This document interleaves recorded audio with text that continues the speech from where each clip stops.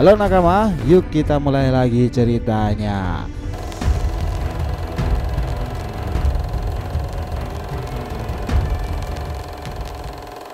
Nah, stigma bajak laut selalu jahat dan buruk itu ternyata sudah ada sejak era kerajaan besar di abad kekosongan.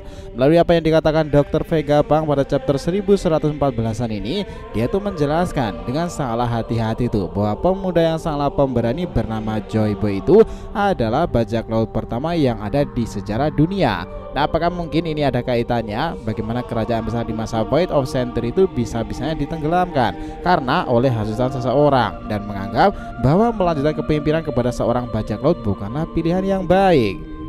Apakah kisah peradaban kala itu tentang Joy Boy, Im Sama, dan kerajaan besar itu benar-benar saling terkait ya? Kita melihat bahwa chapter 1114 ini menjadi awal yang fantastis untuk kisah One Piece kedepannya tuh, menuju babak Elbaf dan ending yang lambat laun tuh mendekati pastinya. Kisah One Piece makin kesini tuh makin banyak ngebahas peradaban dan juga seseorang yang mirip sekali dengan Luffy kemampuannya itu. Dia adalah sang Joy Boy. Yuk kita bahas lebih detail mulai dari sini.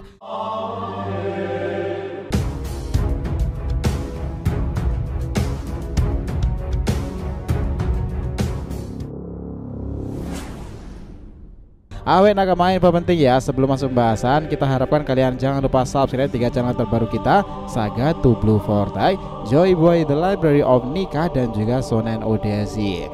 Untuk channel Saga to Blue Fortnite, kita buat pembahasan per episode fanfiction Boruto nih. Kita akan ada juga serta konsisten upload di sana. Untuk kalian yang suka tema One Piece, kita sudah siapkan channel khusus Joy Boy The Library of Nika yang up to date tuh, ngebahas tentang perkembangan Luffy yang menggelora itu. Sementara itu untuk Shonen Odyssey, kita akan bahas beragam anime shonen, season dan terkini yang jarang kita bahas sebelumnya. Jadi bisa dibantu support ya untuk subscribe ketiganya dan aktifkan lonceng notifikasinya gratis. Sanggup dari bahasa, yuk kita lanjutkan lagi ceritanya. Nah, dunia baru sekarang itu diambang kekacauan besar-besaran. Bagaimana tidak setelah Vega mengatakan kebenaran pasti seperti apa, mereka para kubu pemerintahan dunia sangat marah menyaksikan itu. Akainu dan para admiral saja tak habis pikir tuh bahwa ini semua bisa terjadi.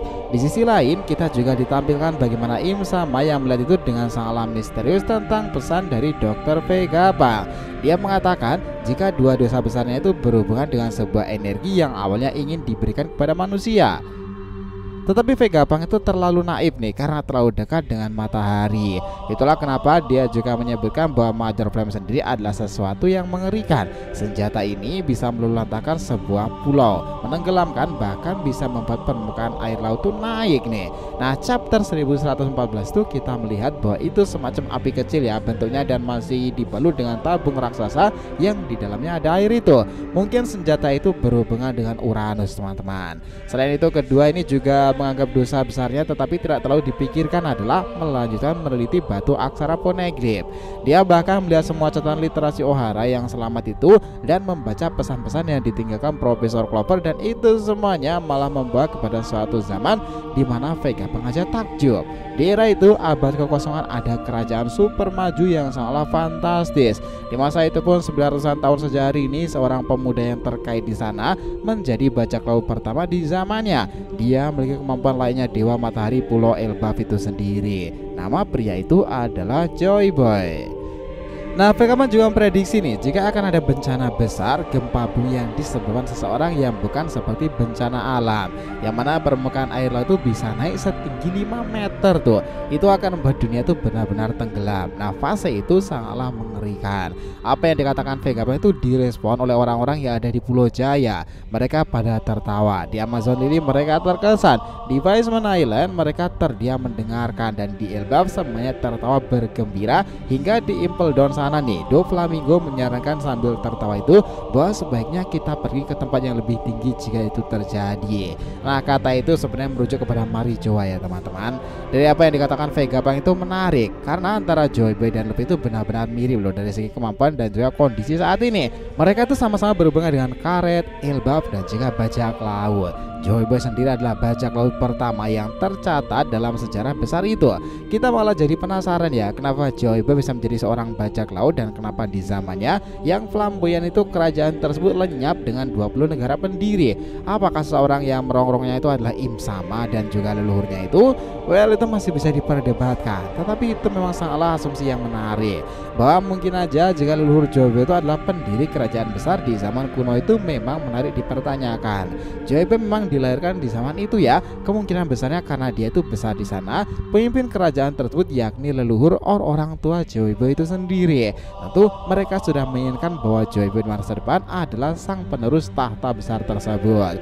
Tetapi kondisi itu tiba-tiba berubah karena kerajaan-kerajaan yang sebenarnya beraliansi dengan kerajaan besar itu, beberapa di antara mereka itu mengetahui bahwa Joy Boy muda itu adalah seorang bajak laut dengan para kuliah yang mungkin compang-camping di antaranya dan memiliki jiwa kebebasan absolut. Mungkin aja salah satu di antara negara pendiri itu ada yang memiliki kemampuan tinggi untuk memanipulasi orang lain seperti Akainu, karena dia memanfaatkan celah untuk melakukan pemberontakan dengan alasan bajak laut itu tidak layak untuk memimpin kerajaan besar dan semasyhur sekarang ini. Bahkan Joy Boy itu terlalu bebas dan liar orangnya. Bagi mereka, para bajak laut yang ada itu memiliki stigma negatif dan buruk kebiasaan mereka. Itulah kenapa bisa aja Im Sama atau siapapun memanfaatkan hal tersebut, lalu mengatakan kepada para petinggi aliansi yang kala itu untuk membentuk negara baru hasil dari aliansi tersebut, yakni menjadi para petinggi pemerintahan dunia. Mereka bekerja sama menggulingkan dan menggagalkan rencana kerajaan besar tersebut. Nah, asumsi kebanyakan para fans ya, orang yang dianggap tepat untuk memimpin 20 negara pendiri demi menghadapi kerajaan besar itu adalah keturunan dari kerajaan Nerona, dan itu adalah Im Sama. Sehingga atas dasar stigma buruk dan manipulasi hingga terjadinya pembelotan aliansi itu, di sana terjadi pemberontakan besar-besaran tuh, di mana mereka bersatu untuk menggulingkan dan melakukan perlawanan hebat, hingga mungkin Im Sama inilah yang akhirnya menggunakan sebuah kekuatan magisnya menenggelamkan pulau itu ke dasar laut sana. Mereka belum sempat mengeluarkan kemampuan senjata mereka karena laut sudah keburu menyerang mereka. Semenjak setelah itu, bagi siapa saja yang membicarakan peradaban tersebut, zaman kekosongan itu, para aliansi 20 negara pendiri melarang dia melenyapkannya. 20 negara pendiri sekarang yang dikenal sebagai World of Government menjadi pusatnya itu adalah Marijoa, dan raja yang paling eksis dan duduk di balik singgasana yang katanya kosong itu adalah Im Sama itu sendiri, yang kini di beberapa chapter dia itu sempat muncul seperti melihat foto-foto bajak laut seperti Vivi, Kurohige hingga Luffy. Bahkan di sana juga terlihat topi jerami raksasa kan yang disimpan rapat, mungkin sebagai salah satu harta nasional Marijoa. Im Sama juga tambah mengejutkan lagi, ternyata dia itu disembah oleh kaki tangannya yakni para Gorosei yang sekarang awakening semuanya di Egghead sendiri. Namun kini apa yang akan dilakukannya ke depan? Apakah dengan kebenaran semua itu dia akan mencoba melenyapkan Egghead sendiri? Kami rasa itu akan sulit ya, karena Joy Boy sudah bangkit kembali kepada seseorang yang berhubungan dengan para raksasa legendaris di sana, Sun God of Nika. So, gimana menurut kalian sendiri? Benarkah benar-benar menggelora kisah nikah sang Joy Boy sekarang ini? Jadi cukup segitu ya pembahasan kita kali ini mengenai stigma buruk bajak laut sudah ada sejak zaman abad kekosongan. Oh ya, jangan lupa untuk subscribe di channel terbaru kita yang lainnya tadi ya teman-teman, Saga to Blue Vortex, Joy Boy The Library of Nika yang khusus One Piece ini, dan juga Shonen Odyssey. Nah, kita lanjutkan lagi next time ya. Jika yang ditanyakan silahkan nih, feel free ya, tulis di kolom komentar di bawah ini, oke? Thanks a lot teman-teman telah menonton video ini, and we'll be come back again.